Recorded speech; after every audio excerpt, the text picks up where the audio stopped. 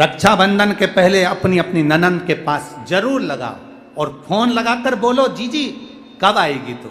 सुन, साड़ी माड़ी लेकर मत आना, या अलमारी भरी पड़ी है, मेरी साड़ियाँ पहन लेना। क्यों? किस लिए? कारण क्या है? क्यों? माता लक्ष्मी जी ने जाकर राजा बलि की धर्म पत्नी के वस्त्र को क्यों लिया था? लक्ष्मी जी के भाई हैं राजा बलि, क्यों लिया? ऐसा वस्त्र में क्या था? क्यों कहा जाता है जीजी मेरी साड़ी पहन लो? क्यों भाभी कहती है ननंद से, लो मेरी साड़ी पहन लो, लो मेरी साड़ी पहन लो? क्यों कहती है? 3 काल को हरने वाले होते हैं। पहले नंबर पर संत, ब्राह्मण, साधुजन, गुरुजन जब तुम्हारे दरवाजे पर आते हैं तुम्हारा काल हर लेते हैं। दूसरे नंबर पर है गौ माता। गाय को जब हम रोटी देते हैं गौ माता हमारे काल को हर लेती है। तीसरे नंबर पर है बहन बेटी, जब हमारे यहाँ आती है और हम कह देते हैं जीजी ये मेरी साड़ी है पहन लो, घर से साड़ी लेकर मत आना, जब हम उसको साड़ी पहनने को दे देते हैं तो एक ननन बहन बेटी ऐसी होती है जो अपने भाई के घर के काल को भी हर लेती है, वो बहन बेटी होती है। पर आप में से कई माताएं ऐसी भी बैठी है जो अपनी एक साड़ी नहीं दे, और अगर ननन पहन लेना तो 25 बार के बता दे जी जी मेरी है, जी जी अच्छे से बैठो साड़ी फट जाएगी, मेरी है। वो कहे सुतो का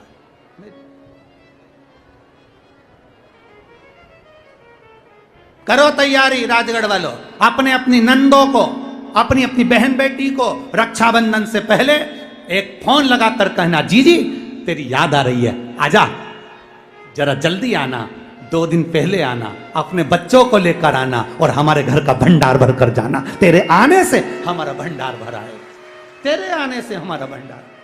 वाह, कितना भी झगड़ा हो, भले बोलचाल नहीं हो, तुम्हारी लड़ाई हो रही हो, झगड़ा हो रहा हो, तो भी मेरा निवेदन है एक बार अपनी नंदों को फोन जरूर लगाना, एक बार जरूर कहना। क्या विचार है रे राजगढ़ वालों?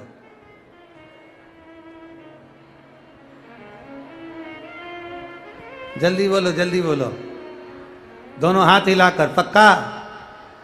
पक्का? बस, बहुत जोरदार। हर हर। शंकर और पार्वती श्रीशैलम पहुंचे। जैसे ही श्रीशैलम में पहुंचे भगवान शिव और पार्वती ने कहा कार्तिकेय चलो। कार्तिकेय कहते हैं पिताजी मैं नहीं जाऊंगा, यहीं रहूंगा, पर एक निवेदन है, आप मुझे मनाने के लिए आए हो तो यहाँ दोनों निवास करिए। शंकर पार्वती ने वहां पर एक शिवलिंग के रूप में निवास किया। बाबा वहां पर मल्लिकार्जुन के रूप में पूजा गए। बोल मल्लिकार्जुन भगवान की हर हर महा। गए हो मल्लिकार्जुन? करें दर्शन बाबा भोलेनाथ जी के। सुंदर शिव, कई जगह पर इतने सुंदर सुंदर शिवलिंग है, अगर आप लोग दर्शन करें मल्लिकार्जुन। कहते हैं पूर्णिमा के दिन रात्रि को 12 बजे मल्लिकार्जुन के मंदिर का शिखर, मल्लिकार्जुन के मंदिर में जब प्रवेश करते एक छोटा सा कुंड पड़ता है, कुआं, उस कुएं में अगर मल्लिकार्जुन भगवान के मंदिर का शिखर का दर्शन कर लिया जाए तो व्यक्ति के जीवन में नेत्र का रोग समाप्त हो जाता है। नेत्रों का रोग ये उसी में कहा ले जैसे मनाली का बिजली महादेव। कौन कौन गया है जिसने दर्शन करे हो कभी मनाली में जाकर? कुल्लू मनाली में, कुल्लू मनाली में एक बिजली महादेव है। बिजली महादेव एक शंकर जी का शिवलिंग है। कभी आप लोग मनाली जाओ तो जरूर दर्शन करके आना, घूमने भी जाओ तो एक बड़ा शिवलिंग। उस शिवलिंग पर पूरे कुल्लू मनाली में जब बिजली गिरती है तो सबसे पहली बिजली महादेव पर गिरती है, और महादेव पर बिजली गिरती है शंकर जी के शिवलिंग के टुकड़े टुकड़े हो जाते हैं, पूरा शिवलिंग टूट जाता है।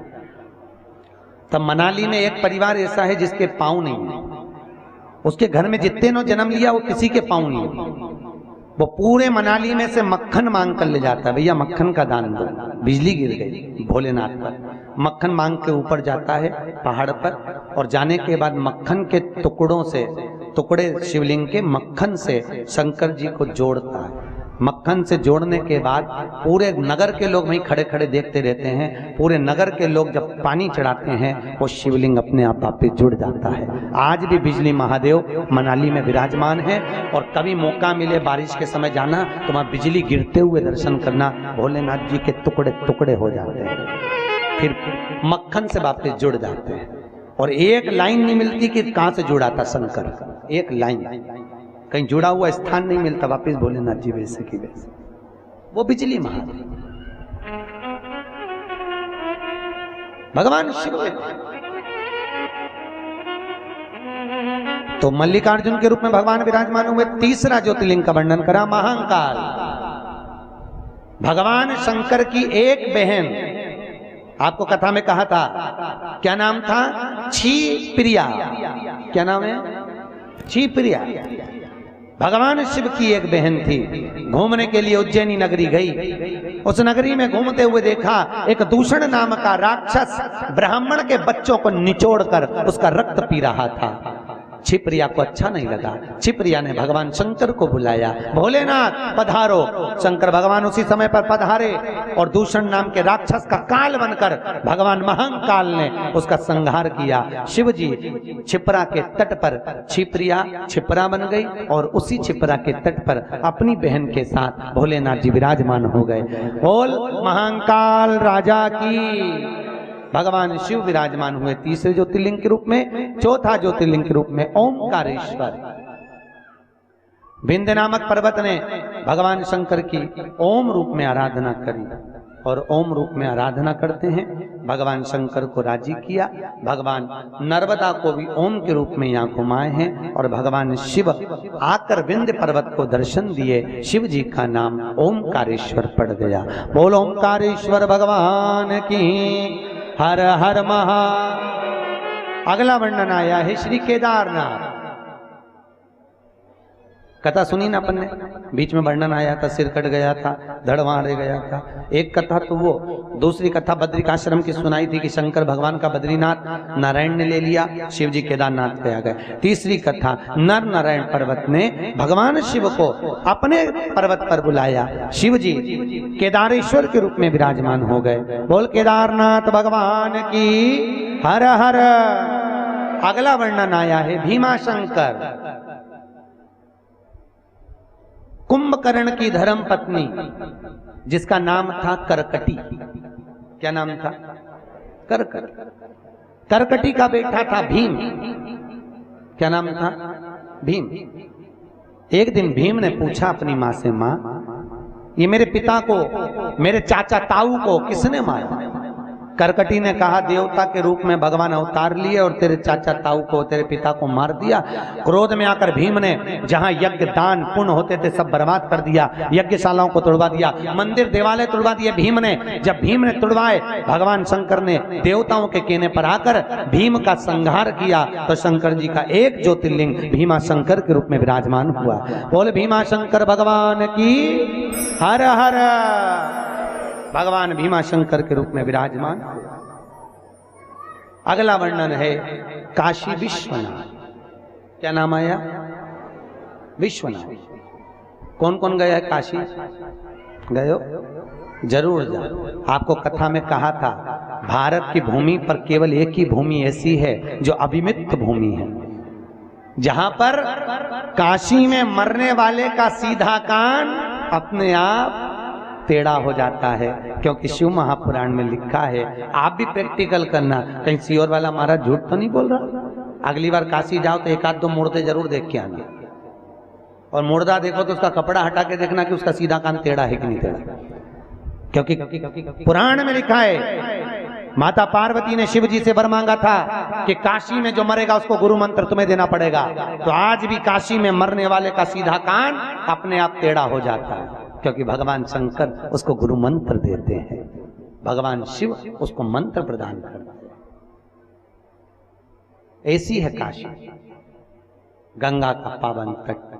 कभी मौका मिले तो एक आध बार जाओ, और कभी योग लगेगा। हम भी उधर कथा करने गए तो गुलबर्गा वालों, तुम्हारा व्हाट्सएप नंबर तुमने दिया है ना, उस पर सूचना दे देंगे, आ जाना कथा सुनने के लिए काशी। हमारी तरफ से तो निमंत्रण हम देते रहेंगे। एक निमंत्रण तुम आपको आज ही दे दें, हमारे ठाकुर जी का ब्याह है कल्लू जी का 17, 18, 19 नवंबर को सीहोर में। पूरे भारत से भगत लोग आ रहे हैं। सबका रहना, भोजन, चाय, नाश्ता, जितनी होटलें सीहोर की हैं सब आप लोगों के लिए बुक करी गई है। आओ 3 दिन कल्लू जी के ब्याह का आनंद लो और अपने जीवन को धन्य बनाओ। पधारो सा परिवार। अभी से छुट्टी ले लेना नवंबर के महीने की, शनिवार, रविवार, सोमवार, 17, 18, 19 नवंबर। जम के बोलो कौन कौन सा? 17, 18, 19 नवंबर, शनिवार, रविवार, सोमवार। 3 दिन भगवान के विवाह का आनंद लीजिए, अपने जीवन को धन्य बनाइए। ऐसा सौभाग्य नहीं मिलेगा। भगवान की शादी में आने का सौभाग्य कभी नहीं मिलने वाला। अभी तक भगवान तुम्हारे यहाँ शादी में आते थे, तुम ठाकुर जी की शादी में सीओ रहो। और अभी तो हमारे कंसल परिवार ने यहाँ खूब सेवा करी, अब एक बार सेवा हमसे भी करवा के देख लो जी। आओ तो सीहोर सेवा करे तुम्हारी। तो बड़े प्रेम से अधिक संख्या में पहुंचो। सबकी व्यवस्था वहां पर रहेगी, निःशुल्क खाना पीना रहना सब आनंद में आप आनंद लो। सीहोर पधार। और सीधी सीधी ट्रेन है तुम्हारे यहाँ से, तो सीधे भोपाल छोड़ती, भोपाल से 30 किलोमीटर सीहोर। और क्या बचा? और दिल्ली साइड से आओगे तो उधर से तो सीधे मालवा पकड़ो सीहोर। वो 2-3 गाड़ी चलती है सीहोर के लिए, खूब डायरेक्ट सीहोर। हर हर महादेव। तो बाबा भोलेनाथ की कथा का सुख आनंद काशी विश्वनाथ के रूप में भगवान विराजमान हुए। मनु शत्रुपा ने तब कर भगवान को विराजमान करा। 12 ज्योतिर्लिंग में केवल 2 ज्योतिर्लिंग ऐसे हैं जिनको देवताओं ने बनाया। एक रामेश्वर जिनको भगवान राम ने स्थापित करा, दूसरा काशी के विश्वनाथ जिसको शनि महाराज ने स्थापित करा। इसलिए आपको कहा था जिसको ढैया लग जाए, 7.5 लग जाए, कहीं मत जाइए, काजल की डिब्बी लो, काशी विश्वनाथ का नाम लो, 21 बार उतार के जमीन में इतना गाड़ दो, जिंदगी में ढैया और शनि कभी लग ही नहीं सकता। पूरा शनि और ढैया समाप्त हो जाएगा। काशी विश्वनाथ का नाम, इसलिए काशी काशी कहते रहना चाहिए। बोलो काशी। हम तो कहते हैं अपने छोरा छोरी का नाम धर दो काशी भाई, जपते रहो काशी काशी। मोक्ष नगरी है काशी। 5 बार मुख से काशी काशी कहने पर जीव को मुक्ति मिल जाती है। काशी काशी विश्वनाथ का स्मरण कराया। अगला वर्णन आया है श्री त्र्यंबकेश्वर। गौतम बाबा पर गौ हत्या का दोष लगाया, तब माता अहिल्या ने भगवान शंकर, ब्रह्मा और विष्णु को बुलाया। 3 शिवलिंग छोटे छोटे से कटोरे जैसे कुंड में है। कहने दर्शन त्र्यंबकेश्वर के 3 लिंग छोटे छोटे अंगूठे के आगे। भगवान गौतम बाबा से गौ हत्या का दोष मिटाने के लिए आप प्रगटे। भगवान शिव का नाम त्र्यंबकेश्वर के रूप में विराजमान हुआ। बोल त्र्यंबकेश्वर भगवान की हर हर। अगला वर्णन आया है श्री वैद्यनाथ जी। रावण भगवान शंकर को लेकर जा रहा था। लघु शंका लगने पर भगवान गणेश जी ने ब्राह्मण का बालक बनकर शिवलिंग को अपने हाथ में लिया, भूमि पर स्थापित कर दिया। भगवान वैद्यनाथ के रूप में विराजमान हो गए। बोल वैद्यनाथ भगवान की हर हर। वैद्यनाथ जी के रूप में भगवान विराजमान हुए। अगला वर्णन आया नागेश्वर। दारुक नाम के राक्षस को मारने के लिए शिव प्रकट हुए और भगवान दारुक नाम के राक्षस का संहार करे तो भगवान शिव का नाम एक नागेश्वर पड़ गया। कहते हैं जिस व्यक्ति को स्वप्न में सांप दिखे, स्वप्न दिख रहे हो, सांप दिख रहा हो, बहुत सांप नजर आते हो, जिसके घर में छोटे छोटे बच्चे सांप के निकलते हो, सर्प नजर आते हो, रात्रि को सपने में भी सांप दिखे, और सुंदर जिसको नींद नहीं आती हो, रात को टेबलेट खाकर सोना पड़ रहा हो नींद की, कुछ नहीं करना चाहिए। पान लो, पान जानते हो, सादा पान, उस पे लाल चंदन से 5 सांप बना दो और शंकर भगवान की 5 बेटियों का नाम ले दो। उस पान को घड़ी बनाकर शंकर जी के शिवलिंग का जहां से पानी गिरता है उस जलाधारी के नीचे रख दीजिए। जिंदगी में कभी सांप दिखना बंद हो जाएंगे और घरों में सांप निकलना बंद हो जाएंगे। तो ऐसा नागेश्वर ज्योतिर्लिंग का स्मरण किया जाता है। बोल नागेश्वर भगवान की हर हर। अगला वर्णन किया श्री रामेश्वर जी का। आपको पहले भी कथा में कहा, राम जी महाराज जब लंका पर चढ़ाई करने गए तो रामेश्वर ज्योतिर्लिंग का निर्माण कर कौन ने कराया था स्थापना? रावण। लंका का राजा रावण रामेश्वर ज्योतिर्लिंग की स्थापना कराया। रामेश्वर और भगवान राम सेतु के रूप में विराजमान हुए। बोल रामेश्वर भगवान की। अगला वर्णन आया है श्री कृष्णेश्वर। आपको पहले कथा में कहा कि सुधर्मा नामक ब्राह्मण की 2 पत्नियां थी, सुदेहा और घूष्मा। सुदेहा के यहाँ संतान नहीं हुई, घूष्मा के यहाँ संतान हुई। तो सुधर्म ने घूष्मा से बेटा लेकर सुदेहा को दे दिया। सुदेहा ने उस बेटे को बड़ा करा, विवाह करा, बहू आ गई। बहू ने एक दिन विचार करा कि मेरी असली सास तो घूष्मा। सुदेहा को पूछती नहीं थी। एक दिन सुदेहा को क्रोध आ गया। सुदेहा ने अपना बेटा सो रहा था, उसके टुकड़े टुकड़े कर दिए तलवार से और पोटली बांधकर साड़ी में भरकर टुकड़ों को तालाब में फेंक दिया।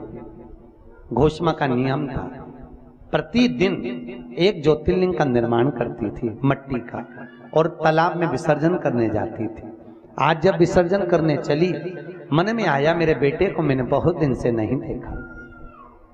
भोलेनाथ मेरे बेटे का दर्शन हो जाए। मेरा बेटा नहीं दिखा। जानकर उसी समय पर, बस कहीं नहीं था, उसी समय पर भगवान भोलेनाथ ने करुणा करी। 3 दिन पहले मरा हुआ बेटा जिसके टुकड़े टुकड़े सोतन ने कर दिए थे, जैसे ही ज्योतिर्लिंग पानी में गया, जाते से ही घोषमा का बेटा तैरते हुए तालाब में से बाहर आ गया। शिव जी वहां पर विराजमान हो गए। शंकर का नाम कृष्णेश्वर पड़ गया। क्या नाम पड़ा? कृष्णेश्वर। बोल कृष्णेश्वर भगवान की। ऐसे 12 ज्योतिर्लिंग की कथा का यहाँ प्रमाण किया गया। भगवान शंकर ने 12 ज्योतिर्लिंग की कथा का स्मरण कर कर बेलपत्री को शिव पोथी पर समर्पित करा। चंचुला देवी जो कथा सुन रही थी, तुमरुका जी ने उस कथा को कहा। कथा सुनते से बिंदुक मोक्ष को पा गया। पाते से ही वेद व्यास जी ने सनकादि ऋषियों को वर्णन करते हुए कहा, सनत कुमारो, ये सुंदर कथा का रसास्वादन जो आप कर रहे थे, ये शिव महापुराण की कथा सुंदर सुख देने वाली है, आनंद को कराने वाली है। जो जीव अपने आनंद के लिए शिव महापुराण की कथा को श्रवण करेगा, सुनेगा, बचवाएगा, उसके जीवन में कभी संपदा की, वैभव की, शांति की, सुख की कमी नहीं होगी। सौभाग्यवती नारी अगर शिव महापुराण की कथा सुनेगी तो अखंड सौभाग्य धारण करेगी। वेदव्य नारी अगर शिव महापुराण की कथा श्रवण करती है तो पति का लोक प्राप्त करती है। बच्चे अगर शिव महापुराण की कथा श्रवण करते हैं तो विद्या में प्रबल बनते चले जाते हैं। पुरुष वर्ग शिव महापुराण की कथा सुनकर अपनी सत्ता को स्थापित करते हैं और सुंदर आनंद लक्ष्मी को पाते हैं।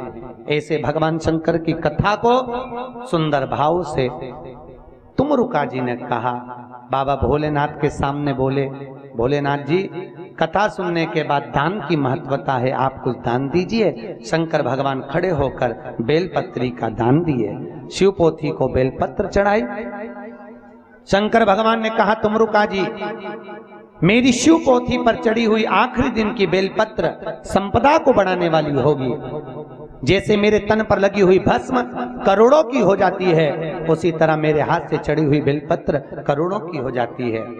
7 दिन तक जो बेलपत्र आपको दी वो प्रतिदिन खाने की थी, रोग मुक्ति की थी। कई लोगों को उसका लाभ मिला, कई लोगों को सुख मिला। कल भी एक भैया आए थे, वो कह रहे थे, गुरुजी, मेरी पत्नी इतने दिन से बीमार पड़ी थी, पर हॉस्पिटल तक में पड़ी थी, मैंने 3 दिन उसको बेलपत्री दी और वो चलने के लायक हो गई। ये शिव की करुणा है, शिव की कृपा है।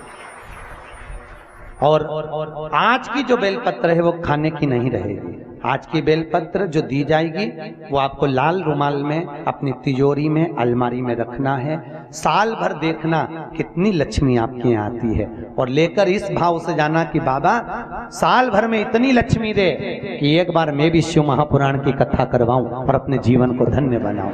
बाबा से विनती कर जाओ जीवन में एक बार शिव महापुराण। तो आज की बेलपत्र खाना नहीं, लेकर जाकर अलमारी में, लॉकर में, तिजोरी में, गुल्लक में उसको लाल कपड़े में रखना। लक्ष्मी देने बाबा भोलेनाथ की पावन कथा शिव महापुराण भगवान शंकर की कृपा से इस बैसाख महीने में पूर्ण हो रही है।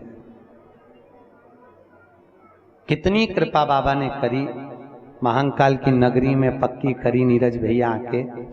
और यहाँ पर आपके अग्रवाल परिवार द्वारा, कंसल परिवार द्वारा ये कथा का जो सुख हुआ है, गुलबर्गा का सालासर भवन, ये गार्डन जिनका भी है बड़े किस्मत वाले हैं साहब, ये गार्डन भी धन्य हो गया है। बाबा को कथा सुनना थी, एक स्टेप भराई, दूसरे स्टेप में पहुंच गए, वहां भी फूल पड़े हुए हैं, फूल भरा हुआ है ऊपर का भी। बाबा का धाम, बाबा कराने वाला था मेरा सालासर, सामने बैठकर सुनता रहा, यहाँ से बाजता रहे। हम बाचे ये हमारी औकात नहीं, ये व्यासपीठ से कुछ बोल सके, ये तो उस बाबा की कृपा है, भोलेनाथ की, उसने बाच दी, हमने बचा दिया।